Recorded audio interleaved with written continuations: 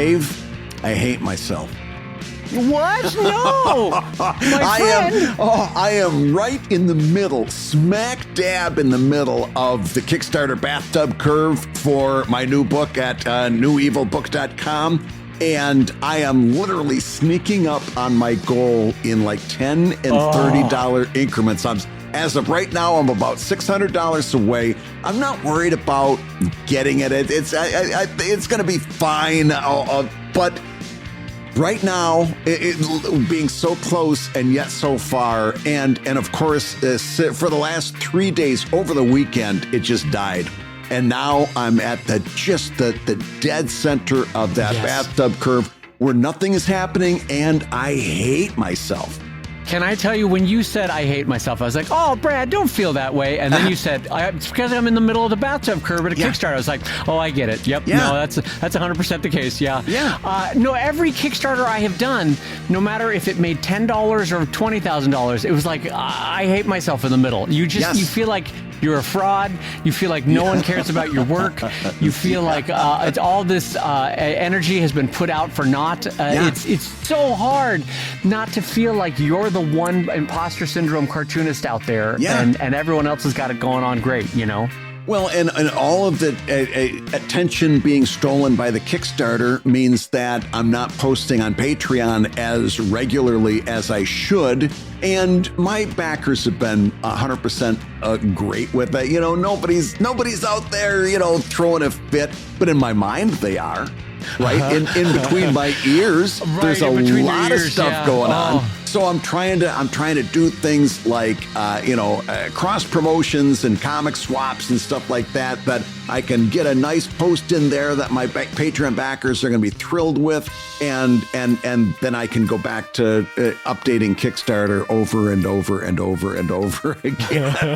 But I just got to say it out loud. I hate myself right now, and just. If you listening at home, if you're doing a Kickstarter or you've done a Kickstarter, I want you to know we're all the same. I don't care whether you've been doing this for 25 years like Dave and I, or if you've been doing it for 25 months. It's all the same. You get to that middle of that Kickstarter, and thank goodness I started doing something that I should have done years ago, writing myself notes that I can read a year later, like digital notes. And I had a whole page full of digital Kickstarter notes from my last Kickstarter campaign. And a lot of them is like to do. Don't forget to do this. Don't forget to do that. Yeah. I still forgot to do a lot of stuff, but I had notes. And one of the things I'm so glad that I wrote down, because it really gave me a wake-up call, is like, don't obsess over social media. It did not deliver. It's not gonna deliver. Yes. Pay attention to the stuff that counts, ...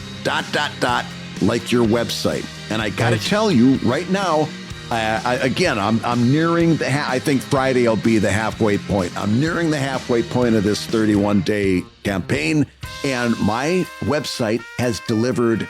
It's one of the top 3 non-Kickstarter sources of pledges. Right. The other ones every time. Yeah.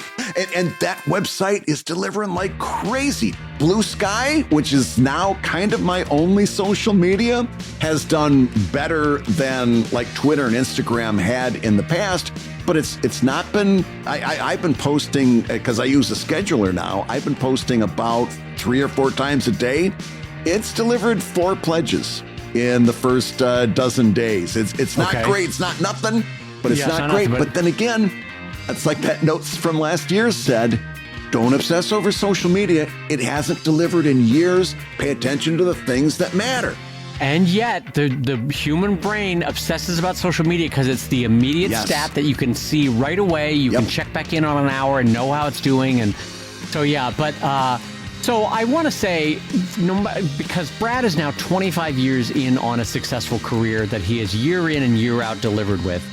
And so this is a good human moment for all of us, because no matter who you are, when a new book is coming out, when a new project is launching, when something that you're nervous about goes out into the world, you can't help but be having that human moment of like, I'm the worst. No one likes me. And that happens to Miyazaki. It happens to Schultz. It happens to Brad Geiger, you know, because we're all, honestly, we're putting our heart on our sleeve when we're creating art and we're putting it out there in the world in terms of like, this is your blood, sweat, and tears, and you just want people to like it. And so how can you not internalize that on some level? So don't beat yourself up for also beating yourself up. Don't become cyclical. I know I can say that and it's easier said than done, but know that you're loved, know that you're appreciated, know that this Kickstarter will do great. And know that I'm about to say hello, everybody, and welcome to Comic Lab, the show about stressing about your Kickstarter and making comics. What a beautiful transition. And stressing and making a living from comics. I'm Brad Geiger, the author of the Webcomics Handbook and the creator of Evil Inc. And I'm his friend Dave Kellett, directing you over to newevilbook.com, where you can probably still pick up one of those post-Kickstarter pledges, right, I'm definitely Brad? doing late pledges. That's great, yeah. So I think this one's coming in too late to drive you to the Kickstarter itself, but I will direct you over to newevilbook.com to grab Brad's book on a late pledge. Anyway, I'm his friend Dave Kellett, cartoonist of Drive and Sheldon and co-director of the comics documentary Stripped. And this week's Hour of Comics Advice is made possible by your support at patreon.com/comiclab. So Dave, let's talk comics. Let's talk comics, my friend, and let's waste no further time because pulling up a chair here in the studio is a cartoonist that we know and love from Philadelphia, a two-time Silver Rubin Award winner, does a tremendous body of work. Brad, why don't we have you introduce him?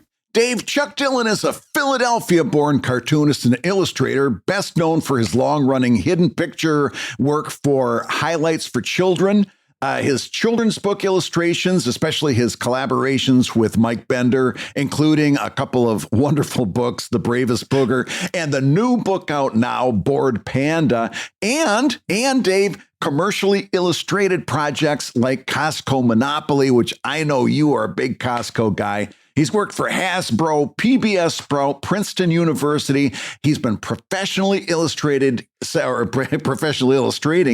the early 1990s. Please welcome a wonderful guy I know from the Philadelphia chapter of the NCS, Chuck Dillon. Thanks for having me, guys. I really appreciate it. What an intro. I'm so glad, Brad, that you said 1990s because I wasn't sure where that was going with the 1890s there. I wasn't 100%. So, Chuck, I first of all, welcome to the show. Thank you so much for doing this. Yeah. Thank you for being such a delightful, dang human being. You are. Every time Brad and I go to the Rubin Awards, we are like, God, Chuck is fantastic. We've got to have him on the show. Thanks. And I'm so glad we finally get the chance to sit down and talk about your career with you.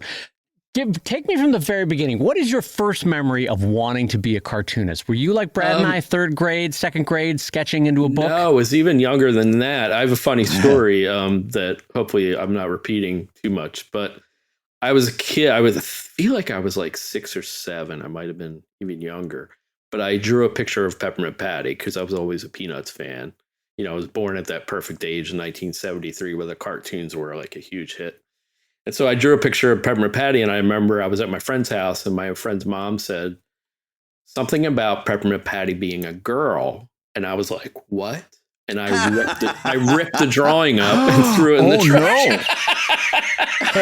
But because I loved Peppermint Patty, and actually Kelly Light, the illustrator, pointed this out. She said you probably liked her because she called Charlie Brown Chuck. So I felt like there was some kind of connection, but I still to this day love Peppermint Patty, and I do not mind that she's a, tomboy. Yeah, you've come around on the whole girl thing. That's good to know. 6-year-old you is not the final word on that. All right, that's good. So, Chuck, we should probably be upfront right now with the people at home about you and me and the many ways that we've intersected without really knowing each other over the years. Number one, you taught at Hushin's School of Art for well over 10 years, right? Yeah. I graduated from there. I went there, and then about 5 years afterwards, I started substituting, and then I taught there for 13 years. And I think the year I stopped, you came in. Or maybe you were teaching on a different day. I can't remember, but I think we might have had just a little bit of crossover, but I think I was just hitting the ground as you were leaving. Yeah. Well, so does that mean I get to call you Replacement Chuck from now on, Brad? God, please don't do that to Brad. No, but I'm sorry. I didn't mean to interrupt your replacement, Chuck. Go ahead. Keep going. And the other thing that I just found out when I did a little bit of research on you is that we have another intersection in that we both got our comic strip start at the Philadelphia Daily News, where you had at the tender age of 19, 19 years old, a strip called The Inside Dirt. Tell us about that. Yeah, the Inside Dirt was there was a teenage section they had called Fresh Ink. It came out once, I think every Tuesday. And they had just kind of a call for entries with, just art from teenagers. And I was still 19. I was in college still. So I sent in a comic strip that I had been doing for actually Hushin. When I was a student at Hushin, I would do a comic about kind of commenting on being an artist and just wacky adventures. And so they liked it so much, they published one of them. And then they, called me in and said, would you be willing to do a weekly comic strip? But it wasn't just 3 panels. So like it was bigger than a Sunday. So each week I had to do 3 columns. So one more column, than a Sunday. And I did that for, I think 3 years, called it The Inside Dirt. And first it started off with the character was kind of my alter ego was Bucky. And then my friend Bill was Buttons. And my friend Ramsey came in. We kept her name just because her name was so awesome. But and they were kind of actors. So each week it was, because the Fresh Ink had a different theme each week. So I tried to have the comics kind of tie in with that theme. And then after the first year of that, they asked me to make it more like a soap opera, like a continuing story. And I just was not good at that. Yeah. And it was torture because it was just, they wanted me to basically make it a teenage drama, like on the CW or something, and I was like, I just hated it. Yeah. But I did it anyway. I did what I could. I learned a lot. But at Hushin, which was really nice because I was still a student, they gave me off every Monday because I had a production class and they were like, he's kind of doing this, Yeah, that's and production was kind of on its way out, because a lot of computers were taking over. So they let me have off every Monday and I would do that strip on Monday. Wow. And, that's really kind of open-minded of them for, it was really nice. University. Yeah. Yeah, exactly. Yeah, they're very and what supportive. a great opportunity at 19, though, too. Yeah, it's crazy. To be able to walk into a major metropolitan newspaper and drop off a file, I'm sure you probably had to physically walk it in, right? Yeah, it was all done on paper. Yeah, that must have just been like, oh boy, here I am in the big city. Exactly. As a matter of fact, I think back back when I was there years ago, I think there was still some Chuck Dillon art. Like because we had a bunch of flat storage. And I still think that there was some vestiges of your early work that was. Yeah, most of them they would give back. They would give them back to me. But sometimes they would, they would get lost. I don't know where they went. But so Signe Wilkinson, who was the editorial cartoonist at the time, she would have me come in and give me little pointers, That's cool. She taught me because I started crowding the strips, making them a little too busy. And she's like, you need to kind of space it out, so that really helped. It was just really awesome. It is kind of interesting because I was looking through chuckdillon.net and you've got under comics a series called This Date in History. Yes. Yeah. Mm-hmm. And I can see I did that for Inktober. Yeah. I really, there was something that I kind of picked up a little bit of Signe's influence, like in the characterizations. The only reason I want to bring that up, Dave, is this.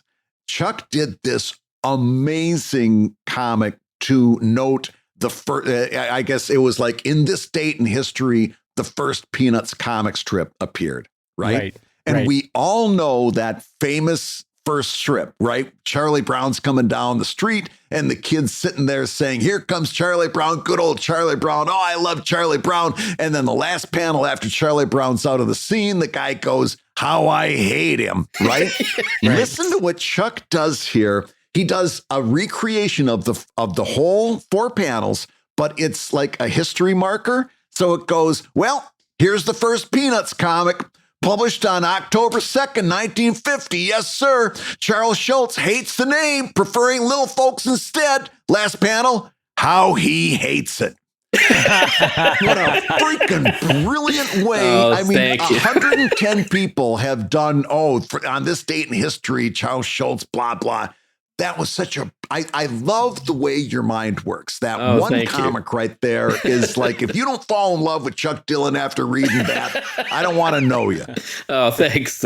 Yeah, that was a fun project. And it's funny, I let my work kind of slide that month because I just decided I wanted to see if I could do this, for the whole Inktober. Yeah. So for Inktober, and I love history. I love teaching people about history and kind of, just kind of put it in there with humor, So yeah, it's something that I have been thinking in the past few months, like I should probably pursue that as like a syndicated strip because I think that would be really interesting, and it's something that I would love to do. I love doing research. So yeah. And totally separate from that too, though, can we all just acknowledge what a shame it is that Schultz arguably had the biggest comic strip of the 20th century, and yet went to his grave going, I hate that title. Yeah. God, I hate that title. Yes, it really is a terrible title. It's such a shame for the guy, though. Like he's, his work is literally on spaceships. It was, presidential campaigns used it for advertising. Ford used it. Like it was all over the world. And yet every morning he's like, I hate that freaking title. Just hate it. Yeah. Well, that brings me to something that I always want to ask you, and that is you worked for, you did Costco Monopoly, you worked for Princeton, you do all these highlights, and a lot of that, I would imagine that you have to take notes from a whole lot of different people on the same project, right? Yes. A lot of different people want to chime in on what different you're personalities doing. too. Yeah, I'm sure. Yes. How do you deal with that? Have you ever been in a situation where you're like, oh my gosh, I'm getting so many different notes. How do I deal with that? Right. Well, most of my work that started requesting changes was I started doing illustrations for the Philadelphia Zoo. So those like totally understandable. Highlights for Children has very specific rules about like, children can't keep behaving badly. You have to have a lot of diversity. So they kind of trained me in that way. But when it came time to do the Monopoly board, it was like in the beginning, because I'm just working with this custom game company that is doing this game for Costco. Hasbro's kind of involved, but they're kind of letting us kind of do our own thing. But you just have to, as the illustrator, I just started to realize that like, people that aren't cartoonists or aren't artists don't know, like if I do just a black and white sketch, to them, they're not filling in the blanks like I do. They're not saying that's a black family, that's an Asian family. So I just started having to label things just so people would know like, here's the diversity, because the highlights was good at it. And even the zoo was good at things like that. But and then it would, after all that got approved through the game company, but then, yes, it went to Costco. And so you're dealing with not art directors. You're dealing with a lot of times people that are specific managers at Costco's, say in Korea or Japan or somewhere else in the world. So their thinking is so different than ours. And so there's this things that they're reading into, and nothing of what I did was racist or stereotypical, but there was just a lot of difficulties in that lost in translation, type of thing. So many times I got very frustrated and I would never like lash out at anybody because as an artist, I realized like I'm providing a service. Yeah. I'm not like an artiste, you know what I mean? I'm not Michelangelo. I'm a cartoonist, and that's fine. I'm going to make the changes, as long as it's not like it goes against my moral standards or something, right? So I just make the changes, no big deal. But yeah, some of the things in highlights that, with Costco were kind of like, I told my wife that I was like, I need to go walk in the woods. Yeah, she's like, it's 9 o'clock at night, and I'm like, I'm going to walk in the woods. That's okay, because I would do these what I thought was very funny things, Yeah, and they would just be like, no, you can't do that. You have to change that. And then it's. I get a glimpse of that in my wife's career, where sometimes her notes passes from. Longer story short, but one set of executives to a completely different set of executives, right? And how all the parameters change of what their concerns are. Like the first concerns were like, no, this character was got to be central. you switch it over to the next set of executives, and now it's like, oh, hold on, we need to highlight the shoes or whatever it is. And you're like, wait, what is this note? Where did this note come from? Like it's a completely separate thing that you have to incorporate into. Yeah, just a simple example that I could say from the Costco one, the one that really was like, what? I did the finish to this for Paris. I wanted to do gargoyles shopping at Costco, which I thought would be funny. Have them in a shopping cart, And so that after many, many changes, it got down to the stereotypical like woman on a bike with a bag, a baguette. And did she have a beret? Absolutely, she had a beret. Of course she did. Yeah. And they thought it was too stereotypical. I'm like, I really don't want to draw this. And then after doing it and finishing it, months later, they're like, oh, we feel like we need 2 baguettes. And I was like, come on, how many man. baguettes do you need? Yeah. Exactly. Oh. But I guess, I mean, from Costco's perspective, I guess they only sell 2 in a package, but it was like, is it really that important? Like the drawing. Oh my God. That was the concern, was the value that you would get at Costco. I think so. I honest to God thought the note was going to be like, we're not driving home how French they are. We need 2 baguettes. Yeah. That's what I thought the note was. But the note was like, no, Costco only sells a 2-pack. Yeah. Oh, geez. Yeah, it was crazy. And then other things that just people create these narratives in their heads. Yes, they do. And this was early on with the game company that instead of having like the railroads, we had like bakery, meat, I forget what the others were, but the other services that Costco provides. So for the bakery one, I had a little girl with like a huge stack of bakery items, this cute little image of this little girl walking. Wonderful. And they said, oh, we can't have that because she's alone. She might be kidnapped. And I was like, kidnapped. They weren't worried about childhood diabetes, but kidnapping was on their mind. Yes, but like, what kind of narrative do you have to create in your head that? So I was like, wow. But then to another point, and Highlights gets on me about this too. Yeah. And I understand where they're coming from. They said, okay, with that image, they were like, put a parent next to her. So I put a man next to her, like looking at her smirking. He only has one baby. Yeah, about to kidnap her. Sure. Yeah. And that's what they said. They said, oh, it can't be a man. He looks like a pedophile. And I was like, like they had the same skin tone. They were clearly related. Yeah. And I was like, okay, so you just have to like, okay, I'm just going to change it. Don't take it personal. It's no big deal. It didn't go to finish. So it's not like a waste of my time. So my years in Mattel had something similar where anytime we had a toy riding in a car, the car had to have a seatbelt. Which, as a parent, I understand it. Yeah. But at the same time, you're like, we're trying to engineer this little 1-inch seatbelt into this little play car thing for this toy that no child is going to be like, hold on, Jimmy. I know we got to go to the store, but first seatbelts. And so, like, as a toy designer, you're like, oh my God, really? Are we trying to engineer this tiny little seatbelt in? And we'd have to figure out ways to like mount it. And anyway, but as a parent, I get it. I see what they were trying to do. They're trying to reinforce good behavior, but as a toy designer, you're like, what are we doing? So this Monopoly, it sounds like that turned into a huge endeavor. How long did really it take you to do that? Don't give it to me in terms of years. Give it to me in terms of how many walks in the woods did that one take? Oh, I probably had a good five walks in the woods. Yeah. Okay. So that's a long endeavor. And I was working like 6 days a week, I think, on it. Wow. But occasionally I would be like, I need 3 days off. Like, I can't do this. And actually, I don't know if, you probably didn't know him, Brad, but I had a former student, Rick Orange, that I hired, which I rarely hire anybody to help me. But I just needed him to color in the little packages of all the items that were, you know what I mean? Because I'm sure they had to be accurate too, right? And then I had him ink and I think I had him do flat colors too on some things. Yeah. But it just freed me up to, do all this, because it was just, it took about 14 months to. Yeah. Looking at 14 months. Wow. Good Lord. Wow. Yeah. They thought it was going to take 3 months.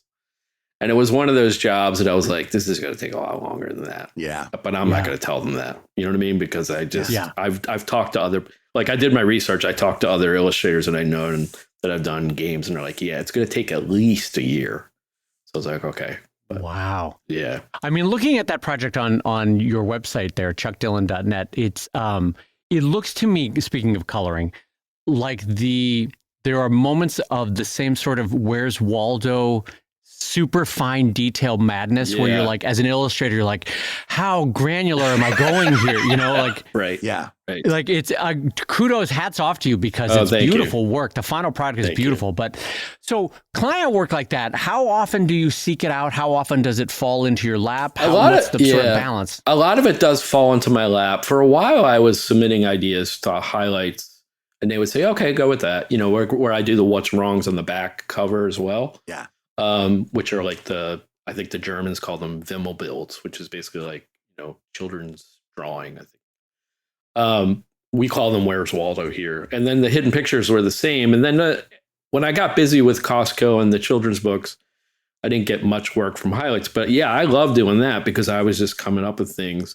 But occasionally they'll just contact me and say, hey, could you do this? You know, and then I'm allowed to kind of steer it and add my own ideas. So yeah, I just finished a piece for highlights of a city park in the snow.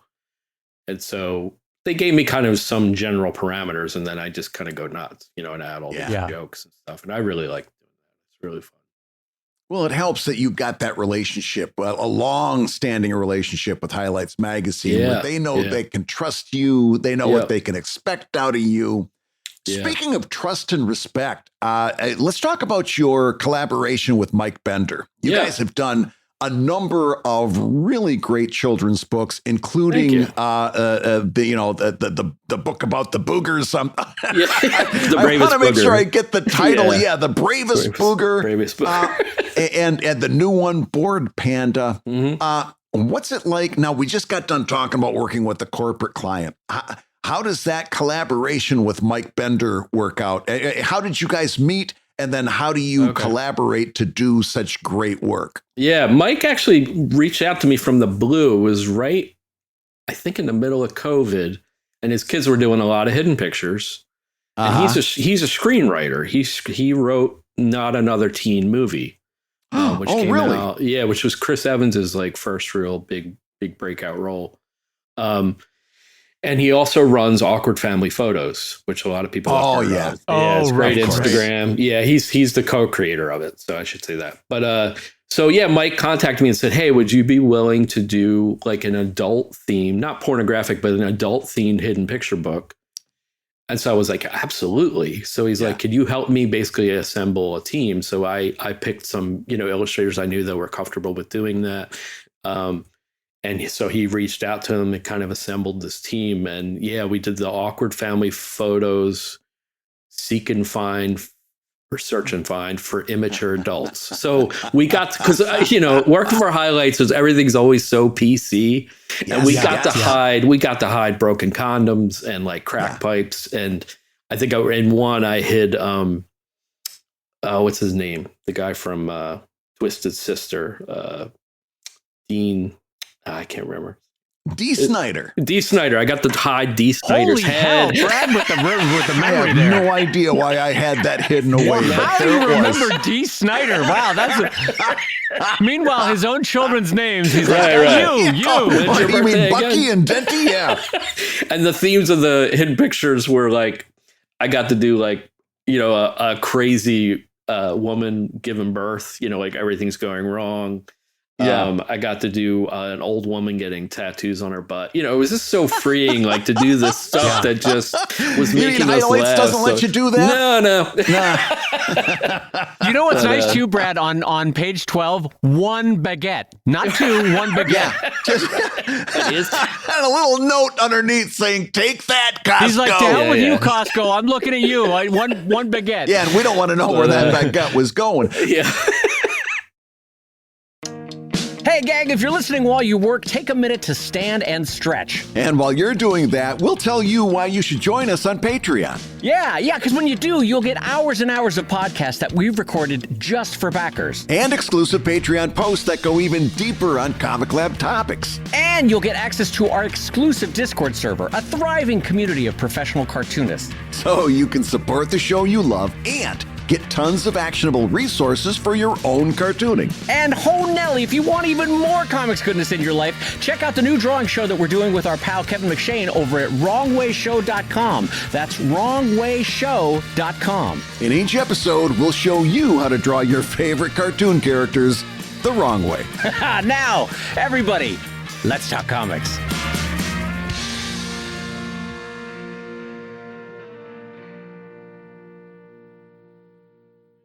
You do a really good job. First of all, let's talk about designing boogers, right? You had how does one go about designing a booger? In my mind, the process goes like eat a lot of dairy and then take a week's trip to Arizona where you got the dry climate. Well, what's that research project like? What's that research like? Jeez, it's disgusting. Oh, I'll bet. No, same with the fart, like, because you have to turn something disgusting into something cute. So when Mike, after we did the hidden picture book, he was like, "Would you be willing to do this book for me?" It was the first was the most serious fart, and I was like, "Yeah." And I just come off of the Costco Monopoly board, so I was like, I don't usually draw digitally. I color digitally, but I tend to draw. You guys can see the art table behind me. I still draw by hand. Yeah. And so with the Monopoly board, because of all the changes and details, I just did it all digital. So I was so tired of digital stuff. So I was like, with these farts, I would really love to just do watercolors. So I did these watercolors. They were all across my desk of just like splotches and they were all brown. I mean, it just looked like poop stains, in someone's underwear.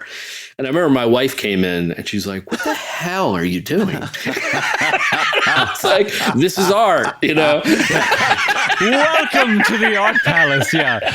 But my big joke was whenever I farted around my wife and my son, I'd be like, "I'm just doing some research." Yeah. but what's great is like you are such a chameleon in terms of, and this probably speaks to your art training background, is that like those two books, The Most Serious Fart and The Bravest Booger, like the style is so unique and such a wonderful jump from other work of yours. Thank you. And it's, one of the reasons why, and it's delightful that Brad asked it, one of the reasons why we're asking about how one designs a booger is because you have made a delightful and friendly and joy-filled and like eye-pleasing booger. And how many iterations did that go through before as a character? It took a while because first I had this idea that, I'll use popcorn and then I'll change the color of it. So I'll take some photos of popcorn, I'll change the color, but it just didn't work. It was too bulky. And then I even tried, I bought slime, like the slime you can buy. I bought green slime. Sure. And I put popcorn in it.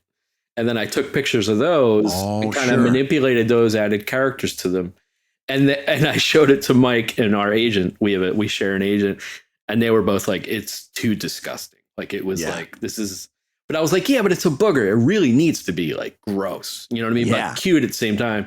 So I was like, okay, so I went back. I went back to the watercolors and I added, you can add salt to watercolor and it kind of draws some of the color, makes neat things happen. It's a great technique. Yeah. Yes. But what I did was I put a ton on. So it actually looked crunchy, really dry. Oh, great. Yeah. I just realized your originals for this must be amazing. Oh, they're hilarious. I have them. I still have them. They're just, you wouldn't even know it if you saw them. Because they must have all kinds of texture and stuff on top of that. Yeah. I really loved your artistic choice because I would have really fouled this up because obviously there's a mucus factor as well. Yeah. You turn the mucus into hair. Yeah, and that was Mike's. You've got people with mucus turned back, pulled back into a ponytail.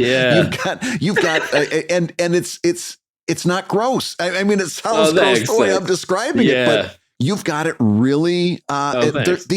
you do a great job with these books, and Mike as well. We can't leave Mike out, but you guys as a team do a really good job of balancing what would be typically considered grouse out humor with really emotional beats, right? Yeah, there's a certain degree of tenderness in these books, aren't there? Yeah, there are. And the reason Mike wrote, especially the most serious fart, was that there was, I think it was 4 or 5 years ago, there was a vice principal in Louisiana that got fired because he read a book called I Need a New Butt, which is a very popular, funny children's book. They fired him over it.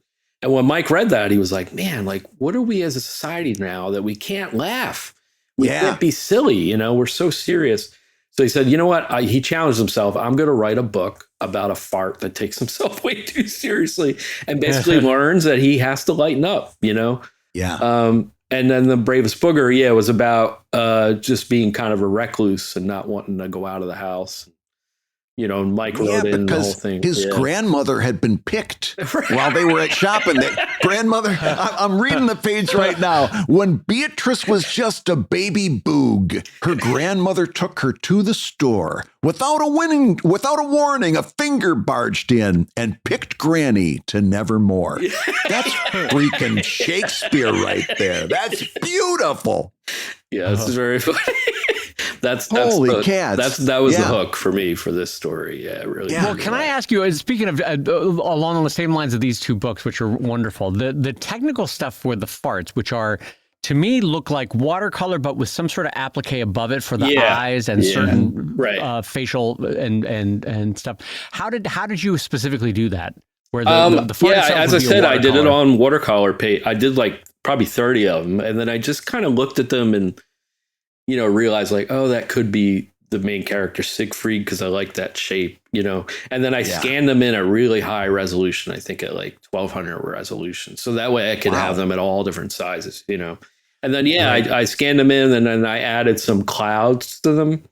And then obviously the legs and the feet and the hands. But yeah, it's basically, if you read the book, Siegfried is the same image throughout the entire book. It's just that it's reduced or it's turned. And then I would use the transformation in Photoshop to just kind of, just tweak it a little bit to make it go warp him or exactly. So it was very simple. And that's, coming off of the Monopoly board, I didn't want to do like heavy backgrounds. I didn't want to, I wanted this to be real simple.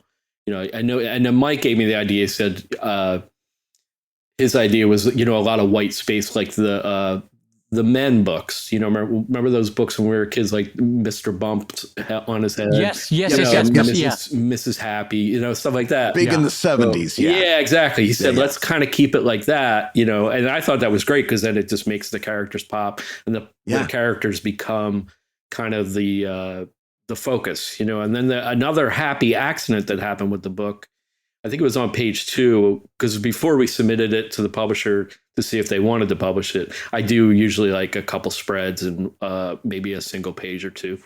And so the one page of Siegfried just sitting in his chair, and the top of the chair kind of looked like a butt. And I was like, oh, wouldn't it be hilarious to hide butts throughout this whole book? And so I hid all the butts and I sent them to Mike, and I didn't say a word because I wanted to see if he would see them right away. And he didn't see them. And I said, hey, did you notice the hidden butts? And he was like, he like literally gasped. He's like, oh my God, that's brilliant. So it just became this, this other layer of, especially me being the hidden picture guy. That, I added this other layer that really brings kids in, because now they're really looking at the illustrations. They're picking up all the details. Yeah. And that to me is so fun. That's why I love adding all those details. Just also, not for nothing, as a parent reading that kind of book, I would so appreciate that when you're on the 15th reading of the book. Right. And now you're like, I love it when like the author or the illustrator puts a note at the end of the book, like there are 78 hidden blankety blanks in the book. Right. See if you can find them all. Yeah. Because if you're rereading it for the 20th time anyway, as a parent, you're like, by God, I'm finding that 78th blankety blank, whatever it is, Yeah. And I remember I would be so appreciative of whatever the illustrator was. I'm like, thank you for making this interesting for me too. Yeah, was there Richard Scarry would hide Golden Bug, right? I think he was always hidden somewhere. And then Mercer Mayer would hide some bugs too throughout his books. which are old. I didn't know that Richard Scarry hid that. Yeah, I think Golden Book. I wish I knew that because I read so much Richard Scarry back in the day. Now you got to reread it. Now I got to go back. Yeah, he's this little beetle. Yeah, it's cute. But to do that, you've got to be really good at detailed drawing. In other words, if you're doing a minimalist piece, Charles Schultz cannot hide stuff in his panels because he's very much a minimalist. You are somebody that clearly delights in detail. I looked at an illustration on your site for a Phillies game for a shot down view. And everybody Boston in the Red stands, Sox. right? Unfortunately. Was it the Red Sox? Yeah, I guess unfortunately I just it was. Brad Geiger, a baseball fan over here. Look at this. What do I know? But that takes an amazing amount of planning and detail and perspective. All the stuff that I hate. How do you do it? How do you do it without making yourself crazy? Because that takes a ridiculous. I would think it would take, unless you're one of these people that just. I remember talking to Chuck Ayers once, a cartoonist from Akron, and he says, I just visualize it on the paper and then I trace what I see. And it's you're a different kind of breed of person. I can't use that unless you're somebody like that. Take us through a process like the planning alone has to just be crazy. I do a lot of research. First, I do that. I don't draw anything. I just kind of look at the research, get familiar with the location, where I want the location to be. You know, now with like Google Maps, you can go anywhere. Just look. Yeah. It's amazing. And then in that case with the Fenway Park, I just did a bunch of research. And then I found a few pictures where I was like, oh, I kind of like that perspective. And I don't trace it. You know, I just kind of look because I feel like if you do the very technical mathematical perspective, it comes out very stale or it's just too much. You know, it just doesn't look right. But I had a very good Jim Souter at Hushin taught me advanced perspective. So I had some good classes. But it's just something that's kind of in my brain that I know what works and doesn't work. And I see things later too, because, you know, again, sometimes I'm doing these big illustrations because a lot of the illustrations that I do, especially the big busy ones, I do draw those by hand and then I ink them by hand. And usually they're about 20 inches wide by about 24 inches long. And then when it gets shrunk down, then I notice like, oh, there's something's not right there. You know what I mean? Yeah. So I have to be careful to fix this or that. But I just, you know, and I always want to make illustrations that I want to live in. I want to live there. You know, so that's important to me. I want the background to have as much character as the characters do. So a lot of times I do the background first, and then I add the characters in secondary. Oh, really? So Talk to me a little bit about advanced perspective. Because what did you learn? I mean, I know vanishing points. I know 3-point. I know what's I've never heard, and maybe it's because I'm a slob. But talk to me about advanced perspective. It was pretty crazy. Everyday perspective. Yeah, I don't remember exactly the terms, but I mean, we did perspective of like people going up and down stairs. Yeah. People, you know, someone that's on the ground floor and someone that's up on, say, a big pillar. You know, we had to get the perspective right on that. So there was a lot of like really complicated stuff. And it's Hushin. So like, you know, Hushin's not an academic school. So it was very visual, you know, but it really did help just kind of ingrain that in my head. And then I don't know if it's, you know, growing up, because I grew up in the city of Philadelphia, just seeing perspective all around with the buildings and, you know, just your surroundings. You see stuff all the time that a lot of people just don't notice. Like something that I always point out to people that I didn't realize years ago that no one saw, it was like when you're sitting and looking at the horizon, when you see clouds, the clouds are not lower further away. They're the same level as the cloud that's right above you. It's just that the perspective is instead of this way, you know what I mean? Like you looking at a train track, it's horizontal. And then they're always like, you know, people that don't think that way, they're like, what? You know, and it kind of opens their mind. I'm like, the Earth's round. So you're seeing these clouds kind of in perspective going away. And that's just something I always observed, you know, and I think as an artist, you guys too, you know, especially cartoonists, we are so observational. And my wife works in pharmaceutical science. And there's a lot of things that I point out to her, and she's like, I didn't even notice that, because she's just not seeing, she's just not seeing the world like we do. It's very special. It is bonkers, though, when you look at like medieval church paintings where perspective has not yet been rolled into the art, and you'll have, I don't know, a bishop as tall as the people that he's standing next to. Yeah. And doesn't a part of you want to go like, how did they not see that? Like, Right. How did they like? Yeah. But it's kind of not unlike that concept that like humans at a certain point might not have known the color blue or might not have known the color I've heard purple. that too. Right. But it's interesting that there was a chunk of a time where like perspective, they're like, no, that's fine. The bishop's as tall as a steeple. Yeah. That's how you do it. That's how tall he is. Yeah. He's a big guy.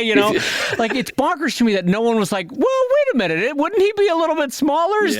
Nope, that's fine. I don't know. It just if you ever get a chance to go to Florence, go to the front of the church and you look across the street from you, and there's this octagonal, I think it's an octagon, baptismal fountain that's like a little building. It's like a little church. And that's basically where perspective was discovered in the modern world. Really? It's really neat. So if you stand there, you look and you can see the vanishing points coming off of it. And I can't remember who the artist was, but he was the one that was like, oh, this is like these vanishing points are all connected. It's like, it was really cool to see it, in person. It suddenly clicked up for them. Yeah, just clicked it. Like, and then he kind of created a system that he basically, words started getting out. But they said there are examples in perspective in the past that just kind of were lost.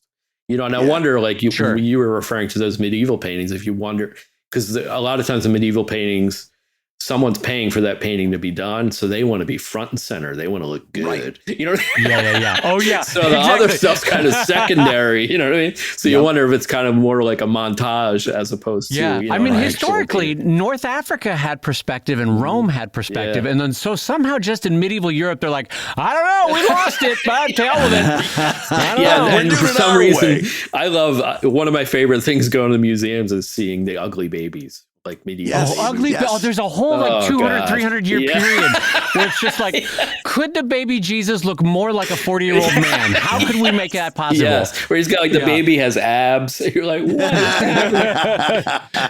And the animals too, because just the lack of research. I know a lot of people always say like Jesus wasn't white. But a lot of the paintings they're referring to, people had no research. They didn't know people in the Middle East were brown. Right. Or it's like that first drawing in Europe of like rhinos or hippopotamuses. You're like, the guy had clearly never seen it. It's just like they're like four sailors came in and described it to him. And he's like, all right, I'm going to try my best. But let me switch gears for a second because I want to talk about Bored Panda because this is such a delicious, delightful jump off from the other two styles we were just talking about with the Fart and the Booger book. Take us through what the concept of the book is. Take us through what the process was. Take us through what the pitch of the book is. So Bored Panda is based on the Bored Panda website. Boredpanda.com was a very popular site. It still is. It's kind of a little clickbaity now, but where people could submit their art, their photos, whatever they were doing, and people could look at it and kind of vote on it. And it was a really cool little site. So they have a little character that's this Bored Panda. And so Mike came up with this idea to have a story about a panda that he's very obsessed with his devices, as many kids and adults are today. And one day the power goes out and the Wi-Fi goes out. So he's just like, what do I do? So his parents don't tell him like, oh, well, go for a walk in the woods. See what happens, And I'm an avid outdoorsman. I love the outdoors. Growing up in Philadelphia, you think that would be the opposite, but I just love the outdoors. So I was like, oh, I'm going to go nuts on this. So basically he goes out and he starts running into his friends. Like one friend's painting, another is taking photos, another is a dung beetle. He's creating poop sculptures. So Mike had to work in something disgusting for me. Of course. And then he just kind of has this epiphany, of like, oh, like being bored is a good thing because that's, and I say it to my son all the time that if I wasn't bored as a kid, that I would have never learned how to draw. I would have never just sat and drew and just kind of figured things out. I would have never, gone fishing. And there's so many things. If I just was constantly entertained, I would not have, gone into these things. It would have been, I feel like, very hard because I would have been constantly distracted. So that's basically this book is a celebration of boredom, and how important it is to to the brain. You know, it really is. They're finding. And that's when your kid looks up at you and says, "Oh, thanks for pointing that out to me, Dad. You've given me a new perspective on things, and now I'm going to go forward and live my life differently." I've had those moments too. Is that what happens with you as well? Right. Yes, of course. Yeah, me neither. Yeah, when he was little, I would just, if the battery died on his iPad, because we didn't let him have it too much, but there were times where, you know, you just had to like, okay, just give me a break, you know? Yeah. But the battery would die and be like, oh, it's dead. Yeah. There's nothing we can do. You know what I mean? Deal with it. So I would just make him draw. And I was the type of parent that, like, you know, say we were waiting anywhere in line or waiting for anything, I always had a sketchbook with me. Yeah. So I would say, hey, let's start drawing. So he would just sit and draw. Even in Disney World, we went to Disney World once. And I have a picture of him just sitting there drawing, waiting in line, you know, because you got at least an hour. Great. Yeah. And parents looked at me like I was crazy, but it's like, but he's not on his stupid phone and he's not driving me crazy. He's learning. Right. You know, and I would interact with the drawing. We would do like the drawing jams. You know, he would draw a little, I would draw a little. And I've hit like tons of those that we did together that were so fun. So important. Well, let me ask you as an adult artist, how important is boredom to your creativity, to your process, to your weekly output? It's very important. That's why, you know, I purposely try to get bored occasionally. Yeah. Just, you know, go walk in the woods, do something without, you know, because I see a lot of people, they go into the woods, but they have headphones on or something. And I just try to kind of unplug and just sit. And one of my favorite things to do, I'm usually a little drunk, but after a campfire, everyone goes to bed. And I usually stay out there till 2-3 in the morning, just staring at the fire, just thinking, you know, and it just helps me to be more observational. So it's very important to me. I spend I often say the artists, we live in our heads and the rest of the world is just kind of, you know, living in the world. It's just, I don't know. It's just not as important to us. And that's very much you're myself. right. Yeah. It's funny too, because it's funny you mentioned fire, because Brad and I have never talked about this topic, Brad, but staring at a fire in a dark room or a dark space, or in Chuck's case, out in a campground, fire is uniquely good for stirring up all sorts of quick images in your mind that become ideas, you know? And I actually don't use fire enough. That sounds like I'm about to start some fires. I've got the LAPD on speed dial over here. It's like, have you had some arsons around a particular neighborhood? You're starting to talk. No, I'm just saying, like, not for nothing. I just remember a specific time. This is a story that needs to go nowhere. But one time I went to Angoulême, which is a comics festival in France, and I couldn't get a room anywhere in Angoulême because it's this tiny little town. So I literally had to stay at a French farmhouse like 20 miles out. Oh, cool. And the guy, the farmer was really nice. He's like, let me put you up. And he puts me up in front of their like 10-foot wide fireplace. And he's like, just make sure it's out when you go to bed, but you stay up with the wine. Yeah. And I sat up and I just remember specifically that fireplace, being by myself in that dark French farmhouse with this huge ass fireplace, was so conducive to creativity. And it's like, I don't have a fireplace like that. I'm not going to get that. So, but anyway, good on you for finding that in campgrounds. That's it's awesome. I've never thought about that. I have a big fire pit out back. And then if I don't feel like lighting a fire, a lot of times my wife thinks I'm crazy, but I just lay on our deck and I just watch the stars, just kind of think, and it's fun. It's just fun to think about. But yeah, it's important.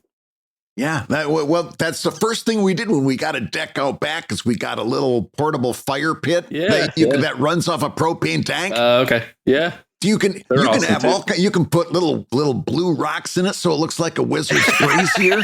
I'm telling you, I spend all kinds of time out there. Yeah, it's awesome. Yeah, it's so important. And thankfully with COVID, you saw a lot of people kind of rediscovering the outdoors, which has been really nice. Yeah. It's crazy. So now going back to your teaching years at Hushin, because this is something that I found myself, and typically there's a lot of stories like this that you end up not only teaching, but you get taught, or you discover more about this thing that you thought that you knew, because now that you've got to describe it to somebody else who's not getting it, you've got to all of a sudden come up with a deeper understanding so that you can. It's almost like you have to translate your knowledge. You know, especially for young. Have you had something like that stood out where it's like, oh my gosh, I just learned more about this subject through teaching it. Especially with Photoshop. I think I learned so much. And I kept it kind of basic because I was teaching freshmen. So I was just kind of an intro to Photoshop. But I would say to my students, you know, I'm here to learn too. So, you know, especially as the years went on, kids were coming in knowing more than I did. And I still was teaching them things. But I said, look, you know, I often say Photoshop's like an ocean. There's 12 different ways to do one thing. Some things are much easier to do. Sometimes it's, you know, there's a longer way to do it. So if I'm doing something and you say, oh, there's an easier way to do this, please show me, you know. But I learned so much. And I taught figure construction, which is like, you know, the building of the figure, all the proportions, and then character design. So I learned things with that. So that's so important. I mean, I can't emphasize that enough and how much I learned. Teaching those 13 years, it was invaluable, you know. It's an important sort of mindset too for a continuing career, in that one of the things that Brad and I have found in doing this podcast is that, first of all, we enjoy talking comics and we enjoy talking to each other. But the idea of like trying to share what you know, it's good to constantly be reevaluating, and teaching in general is a great way to be reevaluating how the processes that you've sort of stumbled into could be done better. And so don't you think, Brad, with this, so that we find that not on a daily basis, but like every couple of weeks we'll be like, holy hell, that's a brand new way to do it. And I'm so grateful that we stumbled on that, you know? Well, it makes you happy that you're part of the conversation. Yes, right? It's like, I'm you're so just not happy. Static is what it is. Exactly. You know? Exactly. And there's a whole lot of stuff going on. Well, that's like just earlier today, we were talking about the new book, Bored Panda, which is available all kinds of different places. You want an autographed one, you can go to chuckdillon.net. But if you're like a lot of folks that's got an Amazon account set up, you can get it on Amazon. But what people don't realize is the importance of a positive 5-star review on somebody like yourself that's out there, you know, fighting their way through a crowded children's book market. They don't realize how much help they could. What'd you say? 50 positive reviews can help you get so much further ahead with the Amazon. So anybody listening to the show that's like, oh man, Chuck really delivered a heck of a good show. This has been a fantastic hour of comics talk.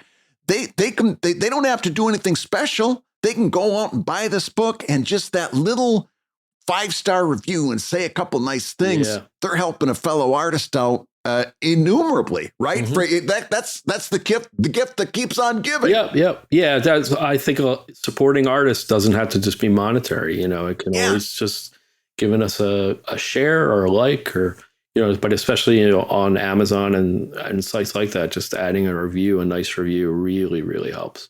And that goes for all the cartooning and children's book people out there. You know, it really is awesome. Thank you. Yeah, well, I got to say, we've been champing at the bit to get you on the show ever since you were double fisting awards a couple years ago at the NCS, and we said then we got to get this guy on the show. And I got to tell you, it's been worth the wait. This has been a fantastic conversation. Thank you. And we kind of buried the lead on that, Brad. But Chuck, one night at the Rubens, and it was one of the happiest I've ever seen a human being. You had 2 Silver Reuben Awards cradled in each arm, which was fantastic. And this was in 2023, I think. Yeah. In San Diego, and super well deserved, but also just the happiest I've ever seen you. You're like, woohoo, life is great. Yeah. As I said to my wife, I growing up in Philadelphia, not much phases you.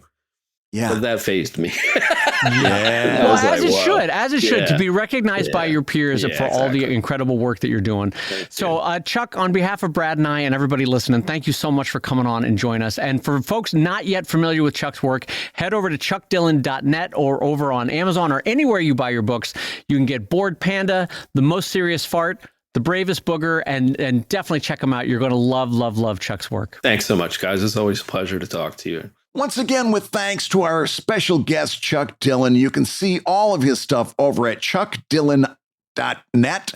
You can find that URL, by the way, in the show notes. And don't hesitate to go out and pick up a bunch of those books that you're going to love so much. The new one is called Bored Panda. pick that up. And if you pick it up through Amazon, take 5 seconds, give that guy a positive review and 5 stars, and help us support other cartoonists out there in the community. That's right. I literally thought you were going to say, pick up the Bravest Booger. That's where I thought you were going with pick up. No, don't pick that up. Get a Kleenex first. You're going to do that. Well, Chuck, we cannot thank you enough for joining us. And once again, over at chuckdillon.net is where you want to head over to find his books, his artworks, his prints, and all his fantastic career on display for you. And with that, you've been listening to Comic Lab, the show about making comics and making a living from comics. Your hosts have been my delightful friend, Brad Geiger, who's over at newevilbook.com, where you can get a late pledge to his fantastic Kickstarter. He's also the editor of webcomics.com and the creator of Evil Inc. at evilcomic.com, and the fantastically handsome new co-host of the drawing show over at wrongwayshow.com. And my friend, America's sweetheart, Dave Callett, co-director of the comics documentary Stripped, and the cartoonist of Sheldon at sheldoncomics.com and Drive at drivecomic.com. And another one of the fabulously handsome co-hosts, along with our friend Kevin McShane of the drawing show at wrongwayshow.com. And you will notice when we referred to Kevin, both Brad and I got the handsome moniker. Yeah. Kevin did not. So that's over at wrongwayshow.com, where you can see two handsome guys join Kevin McShane for some fantastic friendship and drawing comedy. And the Comic Lab theme song is used with permission from Andy Creighton over at theworldrecord.net. What got you on that? You got me on that. I don't know why I'm giggling, but that was funny. And I'm just imagining Kevin sitting there listening to that going, guys, why? Why do I take a shot? Kevin's the one guy to listen this far into the show. And we're just fucking battering him. Just sideways coming at him for no reason at all. Like, oh, that son of a bitch. Anyway, this episode was edited by the ever-wonderful Matt Woodard of Woodsong Productions over at www.woodsong.media. Matt also, by the way, another handsome, delightful human being. Have you ever seen Matt? Good-looking guy. Yeah. Good-looking guy. Yeah. Not like that Kevin McShane. Not at all like Kevin. No. I tell you what, you'll believe the trolls are real. That's what's... Now I'm just tripling down on it. Kevin's at home like, F you, Dave. What is this? If you love Comic Lab, you can rate and review the show on podcasts. But just don't rate and review Kevin. And you may hear your review featured on a future episode. And don't forget to give us a 5-star review on Spotify, where we are burning up the podcast charts. And Comic Lab is made possible by your continuing support over at patreon.com/comiclab. And we appreciate it so much. And I will go ahead and say it twice. Patreon.com/Kevin's Actually a Smoke Show.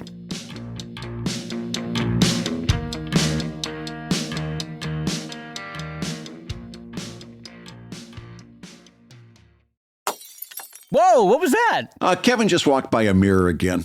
No, we would hear babies crying if it was Kevin.